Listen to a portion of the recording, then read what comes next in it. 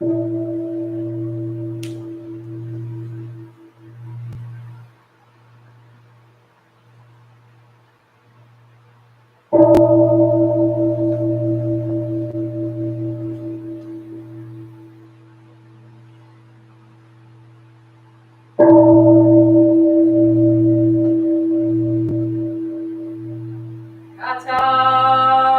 for the sound of the bell.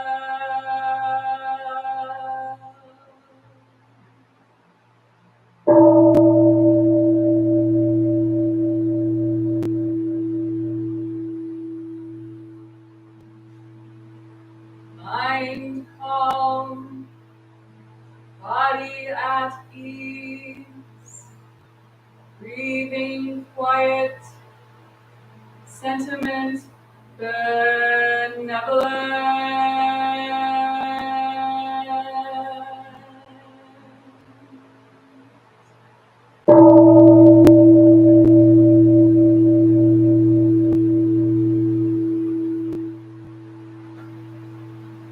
Dharma friends, sitting still in vital silence, wanting nothing. We practice eco-Buddhism together.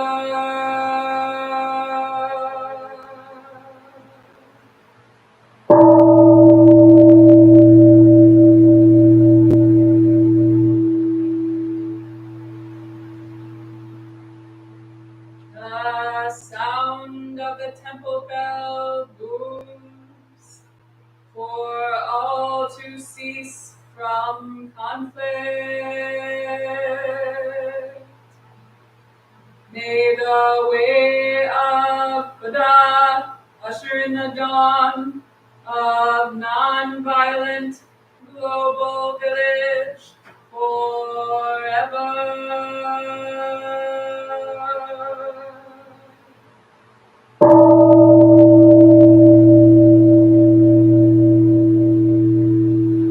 Here is the after sound of the bell.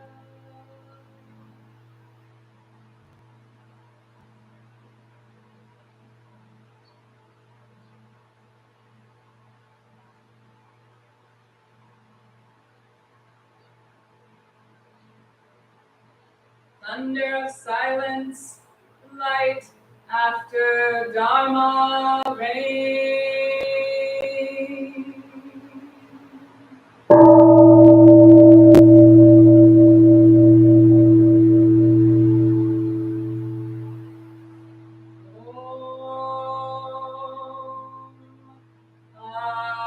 Amoga Vairochana Maha Mudra Mani Padma Jivala Pravartaya.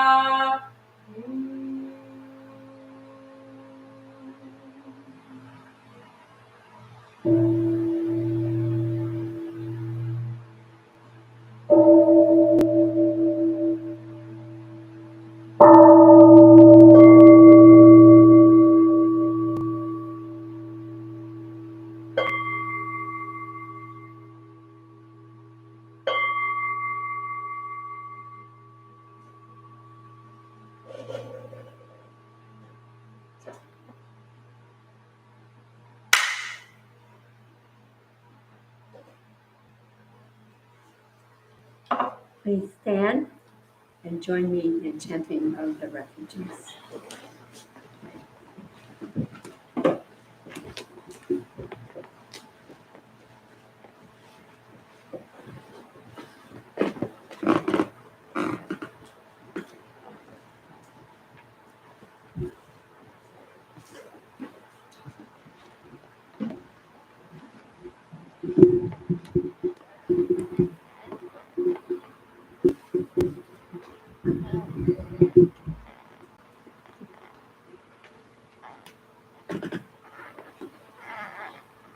So in keeping with our Korean tradition, we will first offer the refuges of Buddha, Dharma, Sangha in Korean and then in English.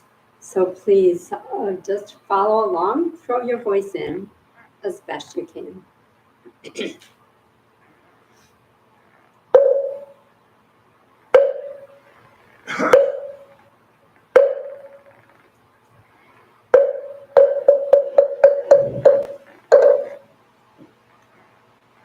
Shim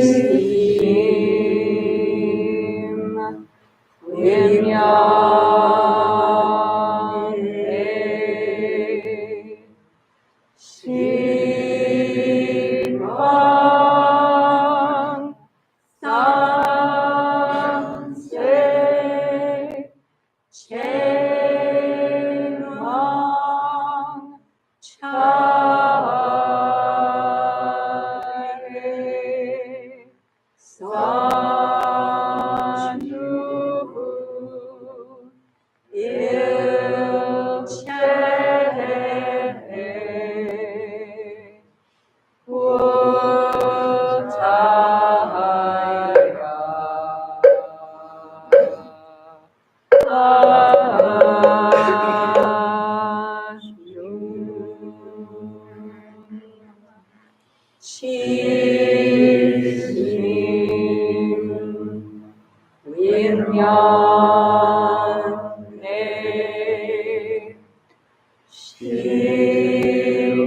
Shivang Samse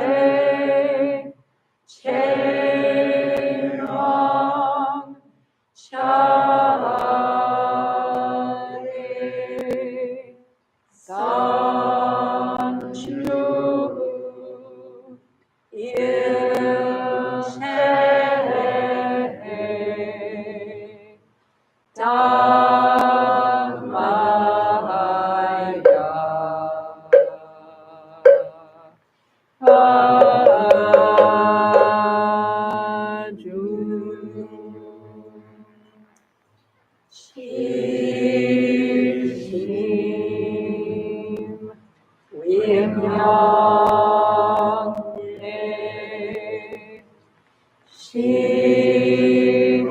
Shivang Samse Chenmang Chare Sanju Ilche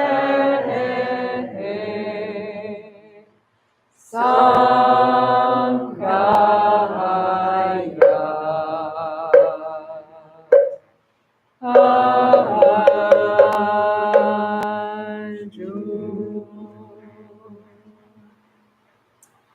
And now in English, please repeat after me.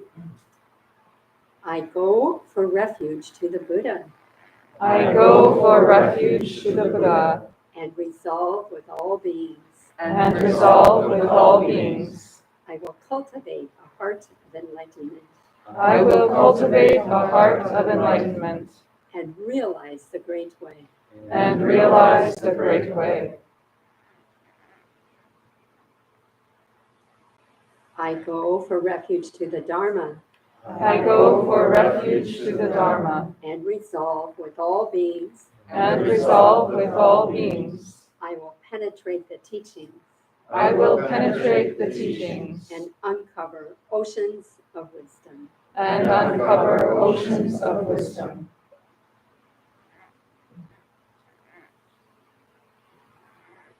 I go for refuge to the Sangha.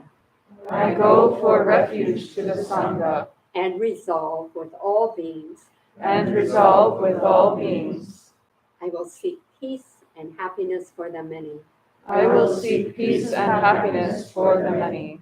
And transform this world into awakened lands unimpeded. And transform this world into awakened lands unimpeded.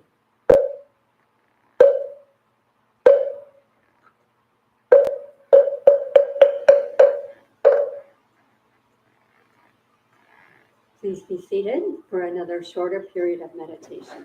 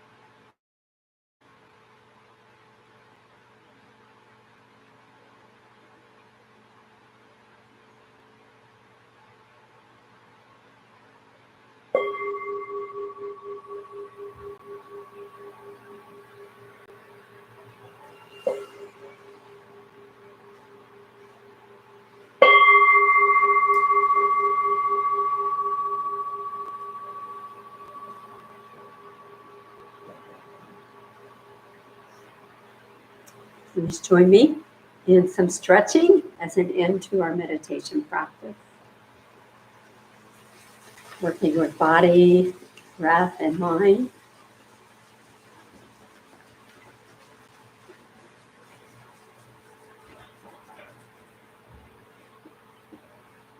Massaging the ridge along our skull.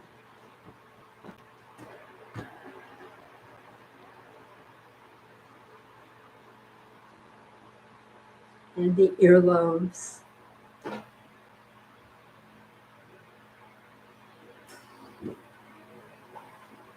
Stretching the lower back.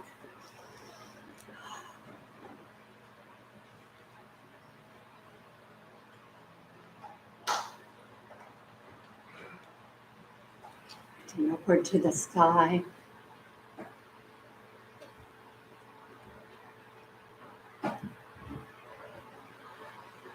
And then out in front of you.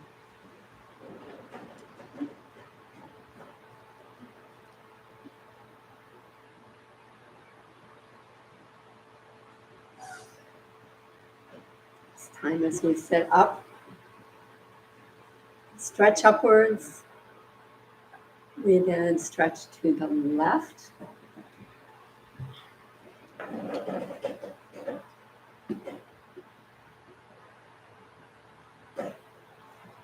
To the right.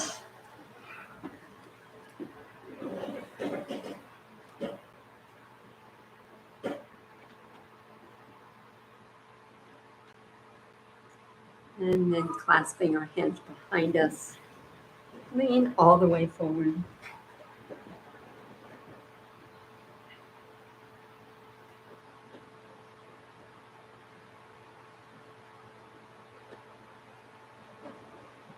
Returning to seated position as to a spinal twist. First to the left, looking far over your left shoulder. Just feeling the spine twist. It's very healthy for the spine to receive oxygen in this way. And then twist to the right.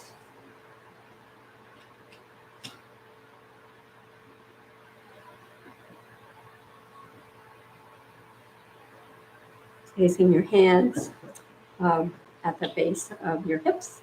Some nice big hip circles, upper body circles. First to the left.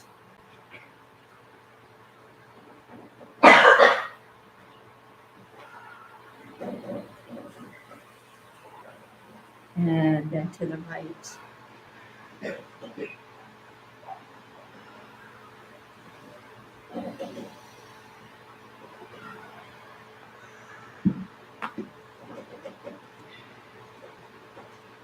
So putting your right hand over your left ribs.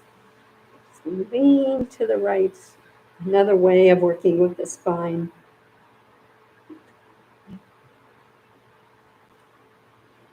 Lean to the left.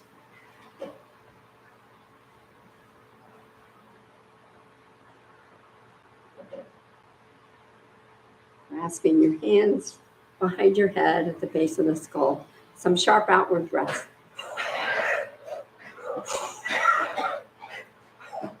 Twisting to the left. To the right.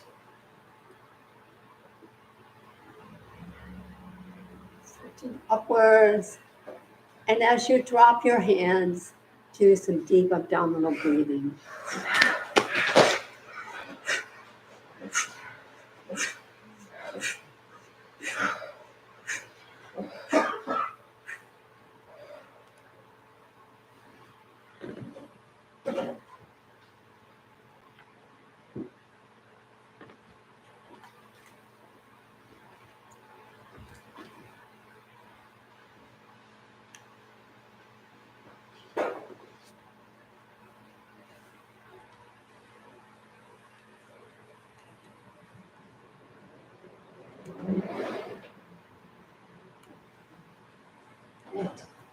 Sound check. Can you hear me okay? All right. Good morning, everyone. Good morning. Thank you for being here on this rather warm July day, and thank you for wearing your masks because I know that contributes to the heat.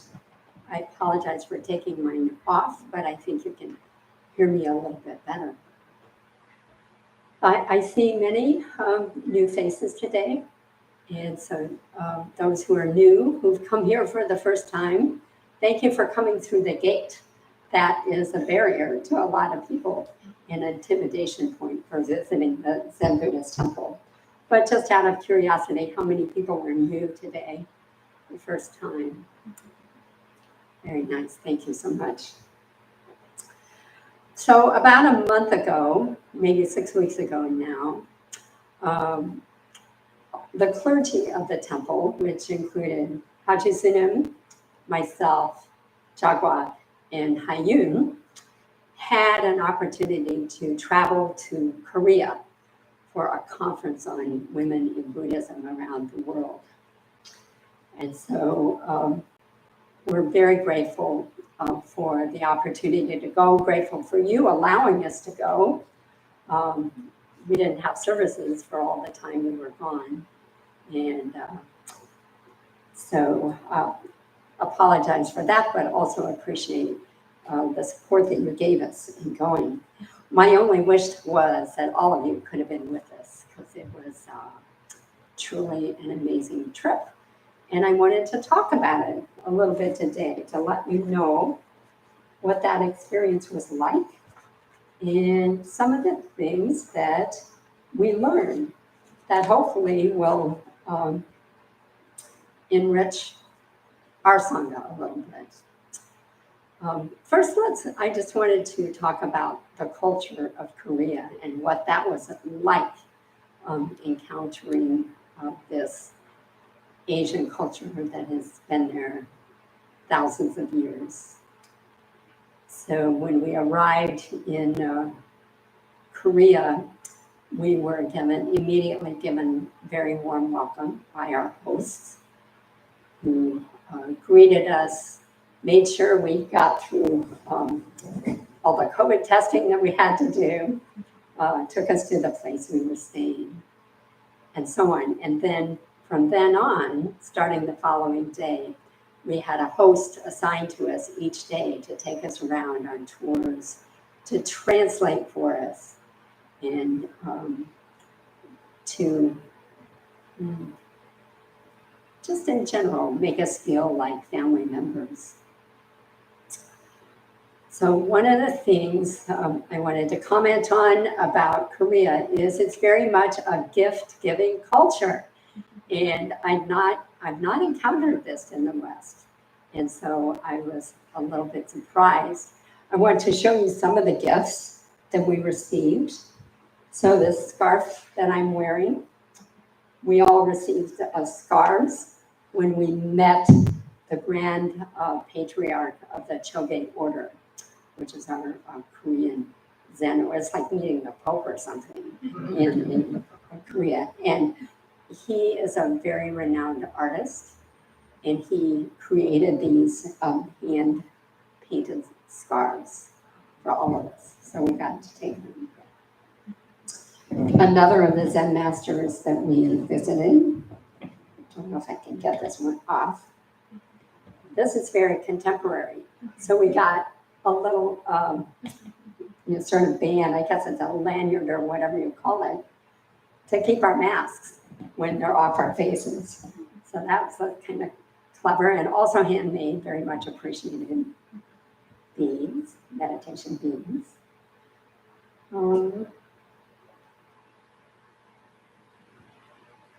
And a little ceramic mock talk.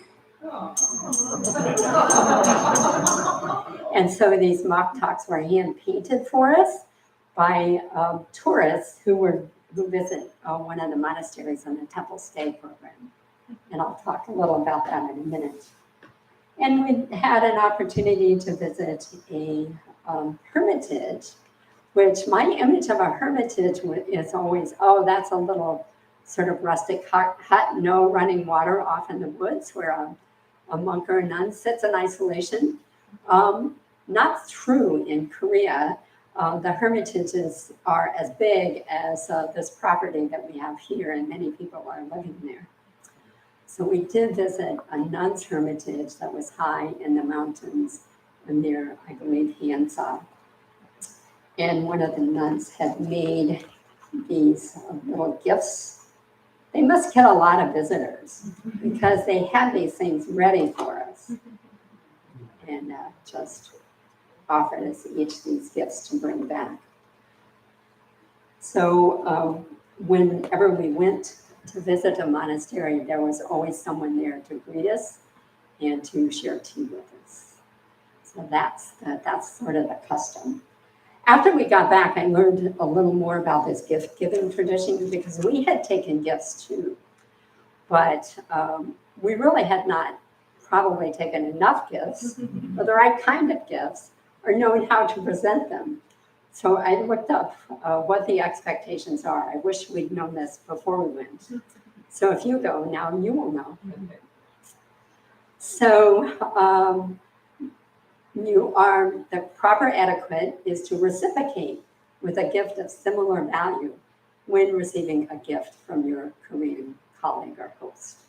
So we should have had hand-painted something to give to perhaps the grand patriarch. Wrap your gift nicely.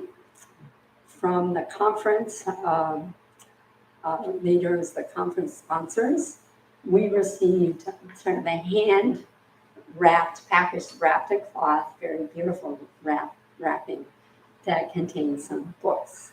So wrap it nicely. That's as important as the gift itself. Always bring a small gift for the hostess when invited to someone's home. And receive the gift with both hands. So I didn't know this, and I'm not sure we always did receive that gift with both hands. And then you should open the gift later, not in the presence of the giver. So just a few tips about gift giving. It was amazing to be in a country where Buddhism and national culture, national history were so intertwined. So, for example, I think there's like 97 national treasures. They've been designated national treasures by the Korean government. And a good number of them have to do with Buddhism. So a few that we encountered, we went to the National Museum in Seoul, and this is a little replica of a statue there, and I'll pass this around. This is a Pensive Buddha, and if you look at the statue by Rodin, the thinker, are you familiar with that? It has that similar spirit to it. So this Buddha, you look at our Buddha here, I believe this is the gesture of no fear, right? But you see seated in a very traditional stance, ready to offer wisdom or a teaching. This Buddha is just thinking, pensive. So I had to get one to bring back with us. So another example, see if I can pronounce this right. The Sogakuram Grotto in Gyeongju. It's a small town in the mountain, and you go up steep incline, walk up a number of steps, and then there is this grotto that contains a stone Buddha, a huge, beautiful, most inspiring stone Buddha. And we were able to go inside and walk around this Buddha and just to look at, it just had an air of peace about it. I would have liked to just sit there for an hour or two in the presence of this Buddha. When it was built, it was constructed so that it faced the morning sun, and so you can see the sun shining on the Buddha's face in the morning. We were not there at that time of day, but it would have been nice to have done that. And a third example, so these are just 3 of 97 that you're getting. We visited Haeunsa. Haeunsa is one of the 3 most important temples in Korea, and it's known as the Dharma Jewel temple. And within that temple is housed the Tripitaka. The Tripitaka is a rendering of all of the scriptures in the Pali Canon that was destroyed more than once by invaders. But it was destroyed, and then the Korean people, not just Buddhists, but artists, reconstructed it. And so it consists of these wooden blocks. And this was done during a time of war, so they had to do it secretly. So they took this project off to an island, worked on these it's a special kind of wood. The wood soaked in salt water for several years, and then it was carefully prepared, and the artists then carved the scriptures into these blocks. So what I have, this is like a replica. I mean, it's a poor substitute. It's a pretty good replica of what one of those wooden blocks looks like. And so you can take a look at that as well. So we were able to view the blocks but not touch them because they are thousands of years old. They are housed in 2 buildings, specially built for ventilation and humidity control. Upon entering, we had to put on coverings, special coverings over our feet. No photos were allowed, all these kinds of things. So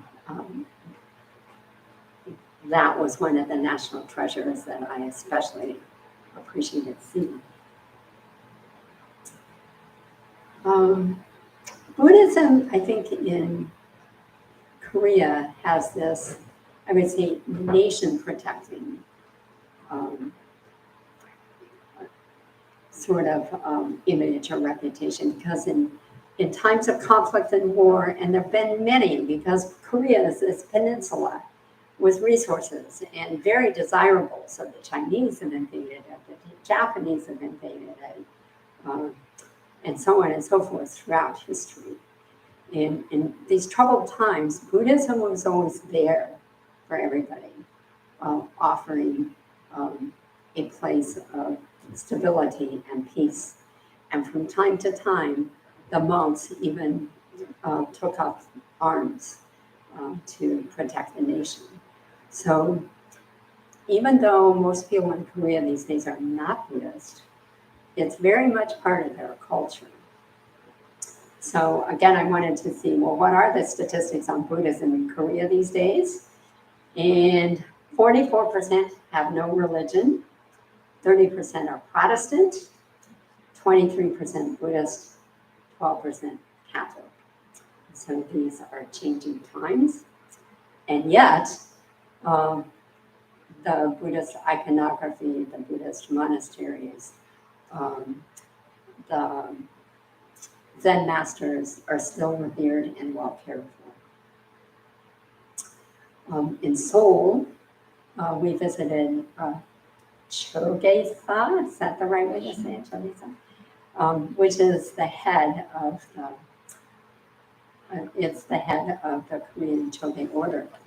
And this is very much a public monastery. It's interesting how the monastics and the lay populations blend together. So 3 times a day, this is out in a big square, there is this huge Buddha hall, probably about at least 2 or 3 times the size of this building. And so there's that like at 4 a.m., at 10 a.m. and 7 maybe, not quite sure. But the doors of this temple are flung open, everybody's welcome to come in. Actually, they're welcome to come in anytime. It's not like here where you have to call the temple and say, could you unlock the door and please let me in. They have, the volunteers, the staff to make it open all the time. So it's quite wonderful.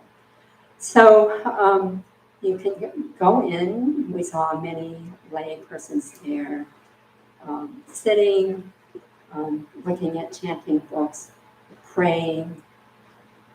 There were 3 huge Buddha statues with the Buddhas, I believe, in different hand mudras. And then within this building, there was also a wall of ancestors, people who have died, and had special tablets for them, this kind of thing. So any time of day you'll find people sitting, but these 3 special times of day, you are able to sit and listen and participate in special chanting. And the chanting that goes on, 2 of them I wanted to talk about just a little bit. One of them is the morning bell chant. And we're really grateful to Hayun, who is not here at this particular day, but she is learning these chants. And on special occasions, she offers them to us. So this morning bell chant is actually a blend of 3 traditions, Wa'om, Pure Land, and Zen. And it begins with a bell gata about relieving suffering and shattering the gates of hell. And it talks about, may all beings become enlightened. May all become one with Vairocana, the cosmic Buddha. Buddha is constantly, and it has these images, Buddha is constantly being born without end. One vehicle, complete teaching. If you hear it being chanted, it's quite awe-inspiring just to sit there and listen. It takes about 15 minutes, about a 15-minute chant. And then the other chant that gets done every day is Thousand Eyes and Hands Sutra. That also lasts about 15 minutes. And that one encourages us to awaken from our illusion of separateness, reminds us that we're all capable of great wisdom and compassion, and that each of us has the potential to open an infinite number of eyes and sprout an infinite number of hands, not heads. So this is a reference to the Bodhisattva we call Pensive Buddha, known also as Avalokitesvara.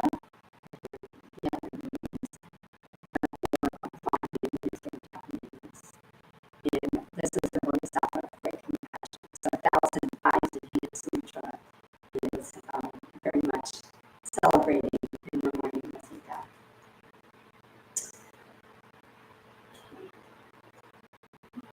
While we were there, we participated in what is called the Temple Stay Program. This is very interesting here in Ann Arbor. Our version of Temple Stay is come and spend a few nights or a week or something at the temple and participate in temple life. So in Korea, each of the major monasteries, Haensa, Tongjosa, Samgasa, has separate quarters for those who are coming on temple stay. And anybody can come and do this for a few days.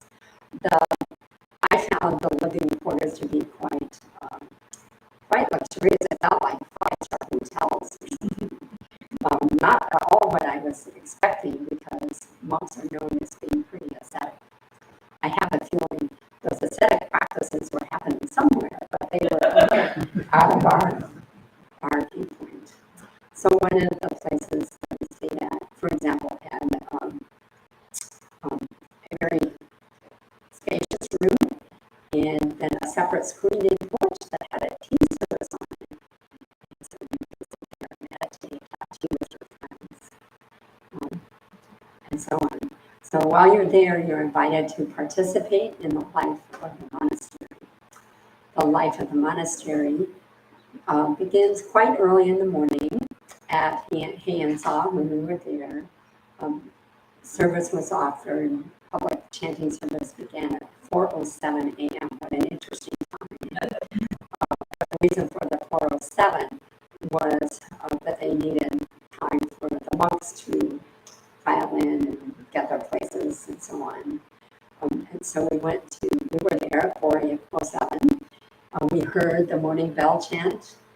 We heard the big drum being played to invite preachers from all directions and the bell. And then we had chanting for about an hour. And then breakfast, I think, was served at 7, maybe. I don't exactly remember. So those who are on the temple stay program are asked to wear these special vests that identify that they are guests. Other than attending services, meals are offered to the guests, and there are many shrines. You can walk around the temple grounds and visit shrines. And oftentimes monks then will give a little Dharma talk to the visitors. So while we were there, we had the good fortune of being associated with Ensu Cho, a professor at Seoul National University, who's well connected with the entire Buddhist tradition there. And she arranged these audiences for us with abbots of the monasteries and also with the Grand Patriarch.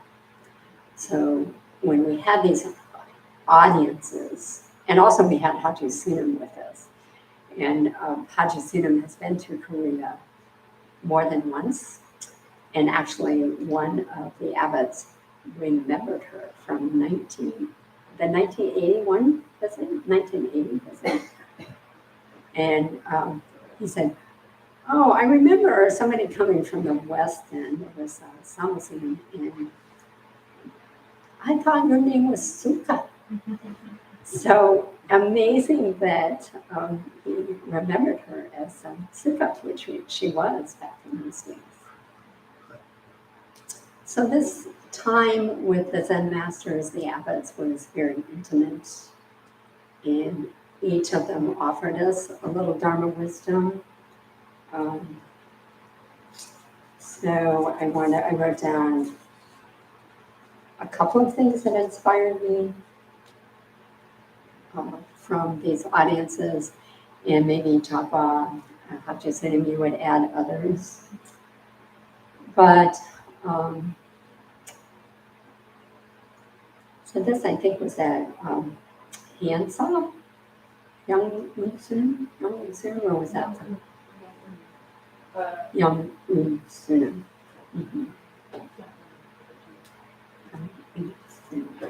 So Jagwa had the role of writing down Korean names for us. It's very helpful. And Hatu asked this question. She said, "What is the most important thing for our current situation in the world?" And the response was to practice compassion, compassion being a feminine quality. And we said, "Are you saying that because we're women visiting you?" He said, "No, it's always had this feminine quality to it, maybe associated with Kwanzaa Posal, the Bodhisattva of Great Compassion, which has both male and female qualities associated." And he said that compassionate action and experience unfolds wisdom instead of the other way around. So some of the scriptures, some of the teachings I've listened to say that compassion is not fully developed until you bring wisdom into it. And he was saying is you don't really get the wisdom unless you work on your compassion first, that you need to have that direct heart experience. And then he talked about awakening of compassion using the metaphor of a dream. He said, when we have shallow dreams, we mistake them for reality. Awakening means knowing that we're having dreams. Compassionate wisdom means that we know we're dreaming and that we will continue to dream, and that is our nature. So some things to think about, reflect upon. And then from the Supreme Patriarch, Jinjay Wapyon Sunam, the Patriarch is an elected position. This is a new one who was elected in December, and he started practicing. He's housed at Tongdosa, the Buddha Jewel Temple. He started practicing there in March. So those of us on the tour from the conference were some of the first guests that we received. One of the conference participants asked a question. I do not remember exactly the question that she asked. I think it was about the specific form of Zen practice or something. Do you remember it? It depends on what's the story. Okay, yeah, okay. You don't remember that. I talked a little more. So he used his hands. He was making the point that all practices basically are one. So if you look at the back of the hand, that's one view, but that's not your whole hand. You look at the front, again, that's a different view. Put your hand in a fist, something different. But still, it's a hand. So the point was, all practices, no matter what tradition you're from, are basically one. Do you remember the question? I think it was a question from the reporter actually about the relationship between Yo and Sun. Okay. So study and meditation. Study and meditation, and he's saying that those are different aspects of the same practice. And then he also talked about clear seeing.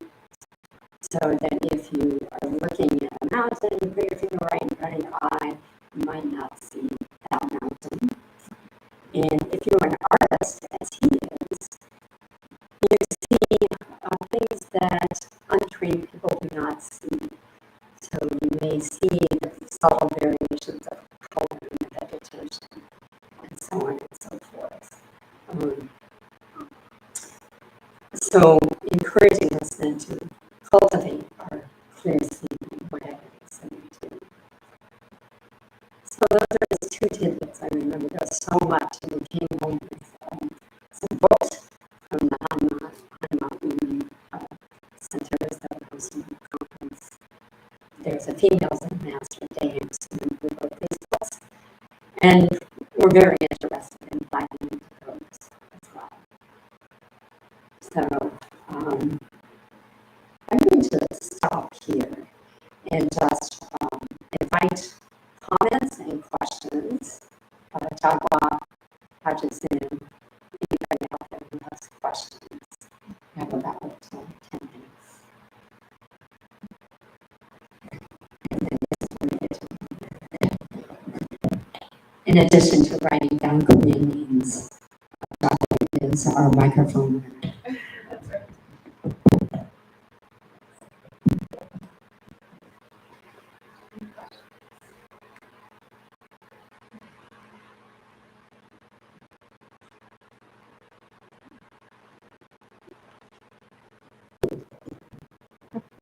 So what have you brought home besides the gifts, the material gifts for us here?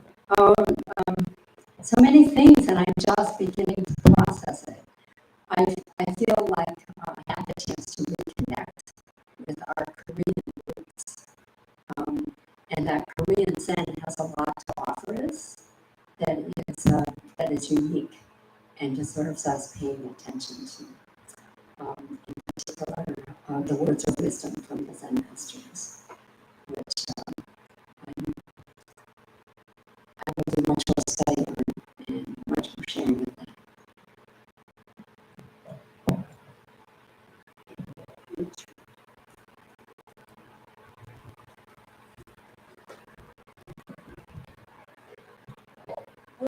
Will there be a presentation on the Women in Buddhism conference that you all went to, or is there a internet link or to go through?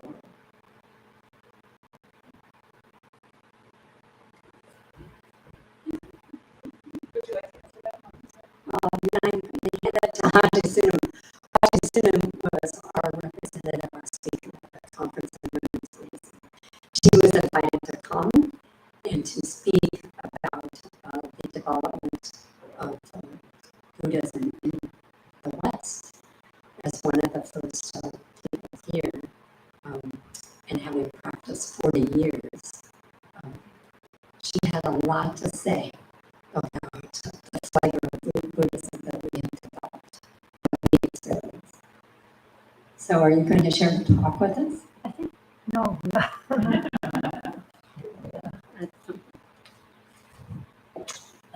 It was an awesome experience because there were women from all over the world giving talks. A lot of them scholars talking about their research and their experience in various countries where nuns were practicing and teaching and reading.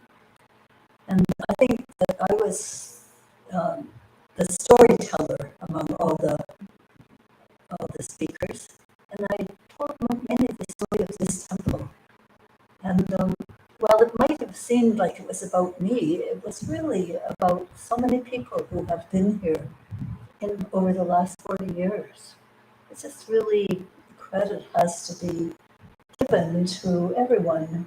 And as I look around this temple, there's so many things. For instance, just looking at those two willow trees out there, do you know that they were once branches in a bouquet that somebody put on the altar? And we just planted them, rooted them, and there they are.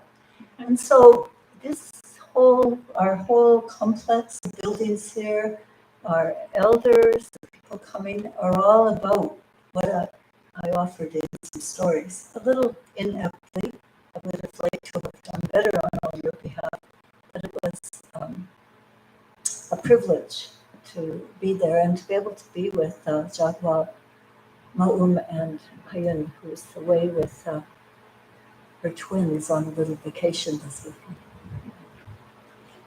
Well, I wanted to just say one more. We met so many people like the Grand Master and so, but many, many people didn't even have to open their mouths to be just beautiful teachers for us. Just in their bearing, their responsiveness, their helpfulness. It wasn't because we couldn't say much to each other. Even the dear Grand Patriarch, Grand Sungpa, say Sungpa. Yeah. He, for a long time, before he even began to talk to us, he just sat and he kind of looked. He's kind of checking us out, kind of. And there was something really amazing about that. And then he gave the talk about the hand and that everything is all part of the same hand. But for me, it was this older person, Sunam, who just had a presence that was deep. Yeah.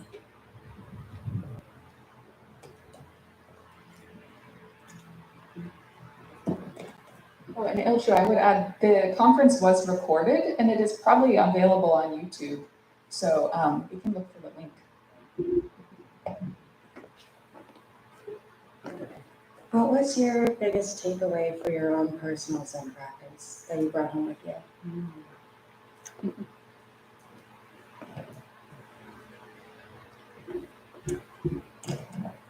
Yeah, thank you for that question.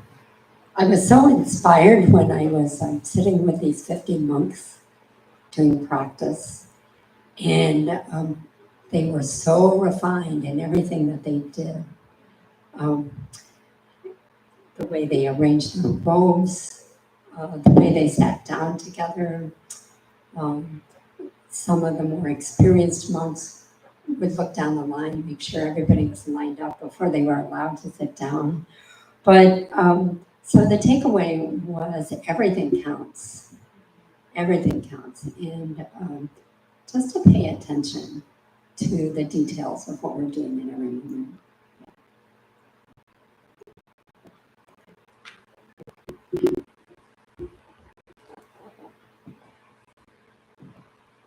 Now, you mentioned the scriptures, the shoulder shared the scriptures. What are the scriptures?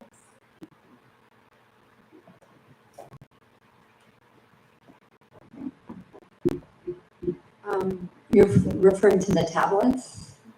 Or, okay, so yeah, just the Tripitaka, the Pali Canon has 3 parts, and there's like 84,000 verses or whatever to it. But the basic 3 parts are now I'm blanking. So we have the Vinaya, which is the monastic code, the monastic discipline. The Abhidharma, which is the interpretation of the teachings. And the Sutta Pitaka, which is words of the Buddha.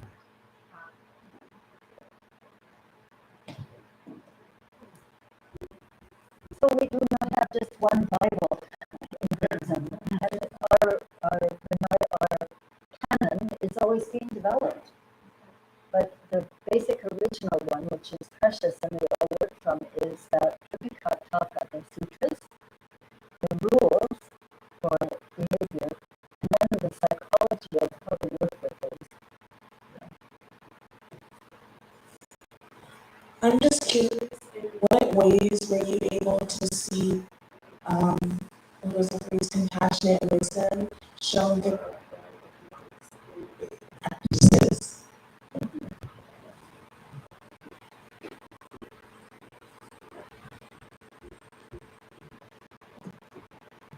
That's kind of a question of a lifetime. And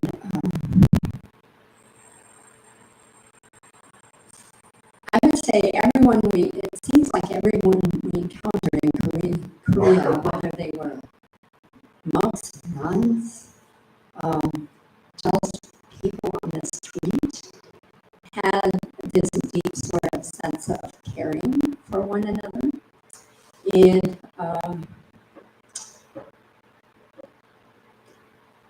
just always, they were just kind of going out of their, they would see somebody needing help. We have this right livelihood guideline of notice where help is needed and be quick to help. So that was embodied everywhere that I went. And for a nation that has been through so many wars, I did not encounter hatred, suspicion, any of that. Instead, it was sort of this sense, this attitude of we have to save each other. So let's pay attention to how we're connecting. That's how I saw it expressed.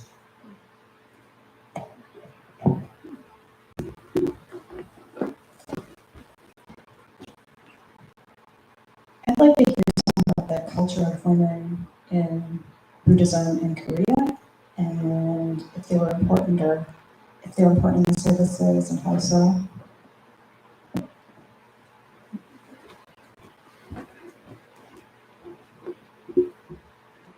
Gosh, I think we should do a whole Dharma talk on that.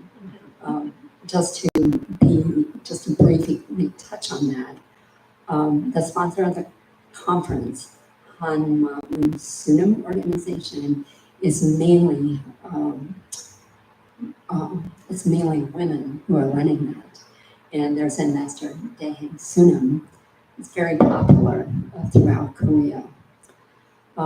As we listen to stories of women in Buddhism throughout the world, it became apparent that the Korean tradition in particular,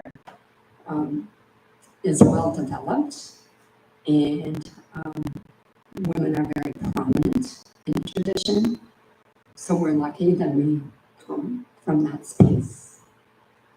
At the conference itself, in addition to the speaker, the room was filled with Buddhist nuns wearing gray clothing.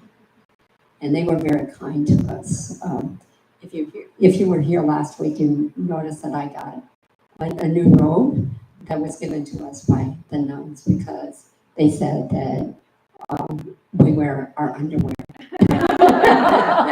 not proper robes. But all sort of done with a spirit of generosity. Yeah.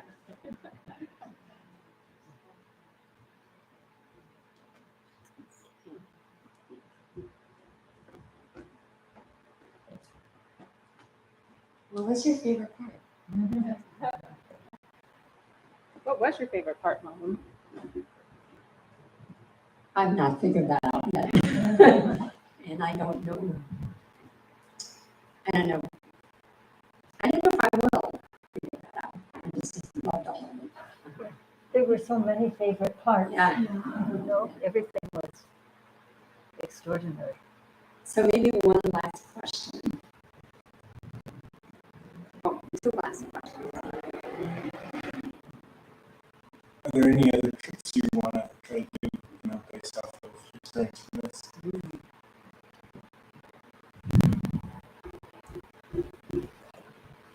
So for me personally, or to organize for the Sangha?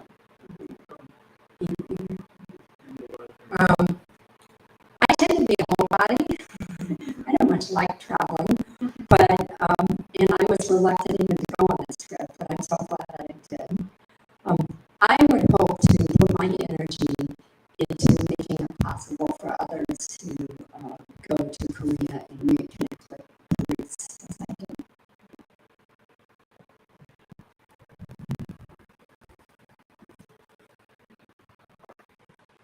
I'd like to hear what was your impression about their impression of Buddhism in the West.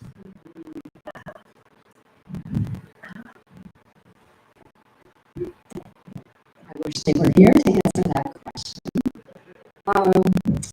When Hutchison gave her talk, they were very inspired and offered many generous compliments. One of them was that they were so impressed that she was able to be a mother and at the same time blend that with being a priest and building a temple. So I think their impression is, even though we have some pretty crude practices and we don't know how to get gifts and things like this, that we have a holistic Zen practice. This is my guess. It's what they might say.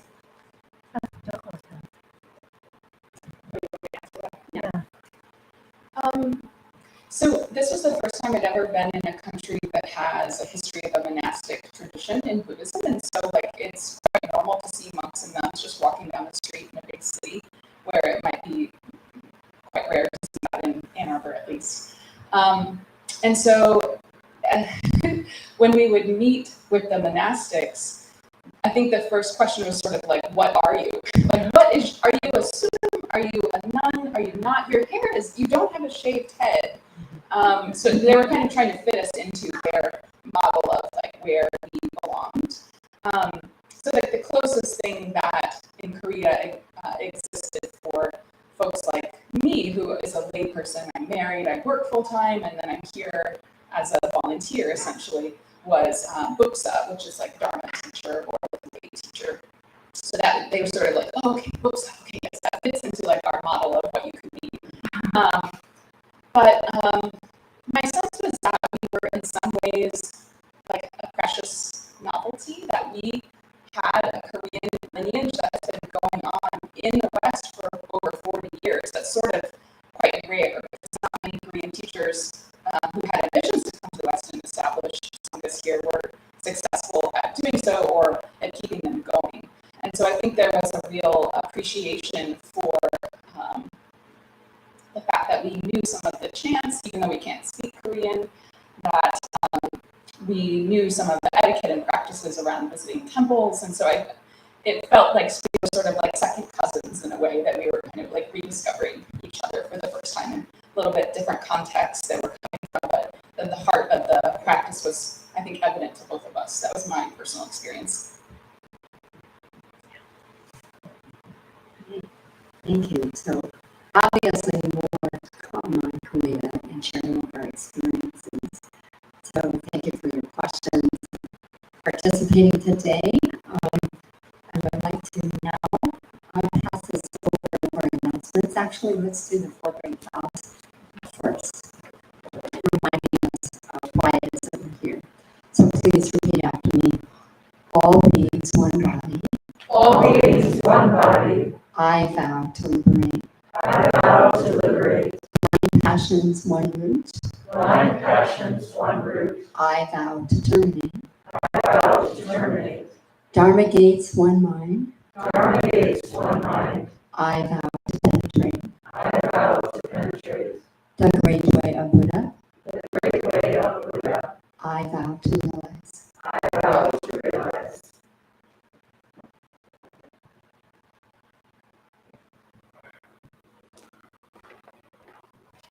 Is there any space up here? Thank you.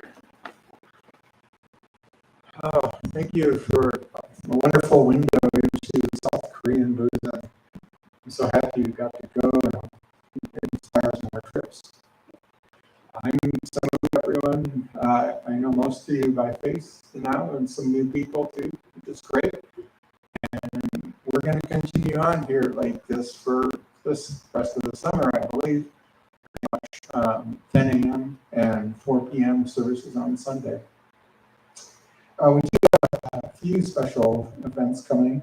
One of the main ones, which you might not be aware of, is Peace Camp, which is coming up this weekend, the 29th to the 3rd.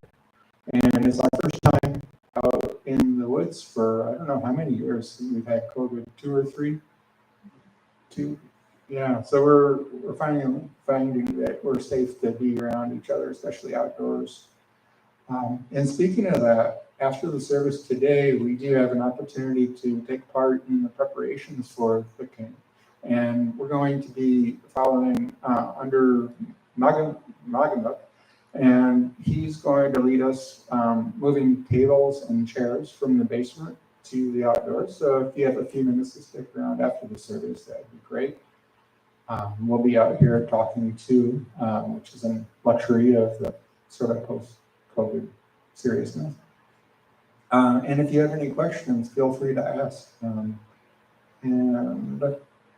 Thank you also for the donations today. It's wonderful in time as well as money, and it's how we work together and keep our Sangha.